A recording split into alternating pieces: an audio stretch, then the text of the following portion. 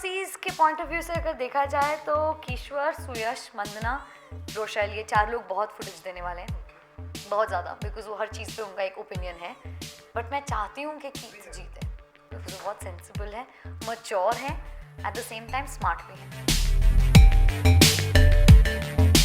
पूरे शो में सबसे जेन्युइन इंसान अगर कोई है वो ये है, सबसे जेन्युइन। और उनका जो ऑरा है ना वो ही इतना ब्यूटीफुल है कि जब मेरी एग्जिट भी हुई, मेरी 5 मिनट माइक हटाकर उनसे बात हुई थी, वो इतने अच्छे हैं, उन्होंने मुझे हग किया एंड मेरे लिए लाइक मेरा सफ़र कंप्लीट हो गया।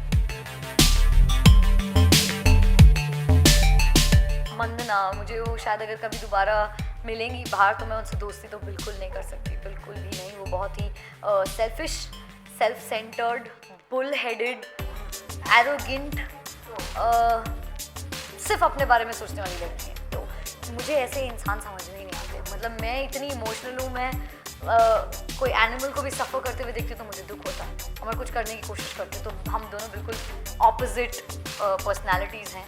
मैं हाँ एक्चुअली बहुत खुश हूँ वहाँ से बाहर निकल के, बिकॉज मुझे जेन्युइनली लगता है कि मैं ऐसे गेम शो के लिए बनी ही नहीं हूँ।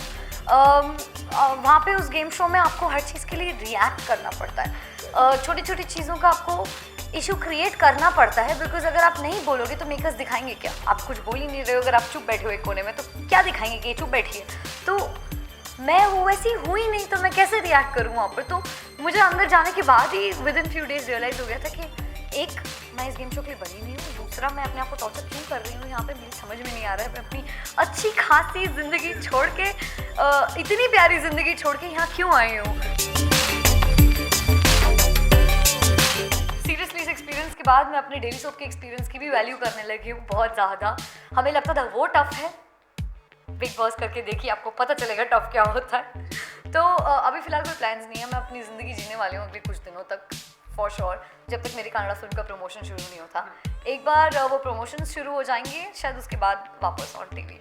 घर से बाहर आते ही मैं कम से कम 1 घंटा रोई हूँ, और आई डोंट नो मैं क्यों रो रही थी। इट्स जस्ट दैट शायद वो 14 दिन का जो एक भरा हुआ था अंदर, वो घर आके मुझे एकदम से इतना आराम महसूस हो रहा था कि मैं रोती ही जा रही थी। बट जब मैं उसके बाद सो गई और सुबह उठी हूँ तो तब से मैं इतनी खुश हूँ, और मैं अपनी छोटी छोटी चीज़ों को इतना अप्रिशिएट कर रही हूँ अपनी लाइफ में कि ऐसा लगता है कि मैं एक डिफरेंट इंसान हूँ, बदल गई।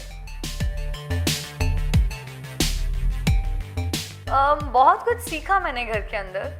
For example goal roti banana, bathroom साफ़ करना, पूरा खाना बना सकती हूँ अब मैं पूरी तरह से, लाइक रोटी, सब्ज़ी, दाल, चावल सब बना सकती हूँ। पहले मैं सिर्फ पास्ताज बना सकती थी। और बर्तन धोना सीखा है मैंने, झाड़ू लगाना सीखा है, ठंडे पानी से नहाना सीखा है, नल का पानी कैसे पी के ज़िंदा रहते हैं ये सीखा है, बिना कॉफ़ी के ज़िंदा कैसे रहते हैं ये सीखा है, 2 वक्त का इतना सा खाना खा के कैसे ज़िंदा रहते हैं वो सीखा है। तो टॉर्चर था, बट अब इन्हीं चीज़ों को मैं अपनी लाइफ में बहुत एक्सपीरियंस अप्रिशिएट कर रही हूँ। For more Bollywood updates, subscribe now to youtube.com/biscuittv.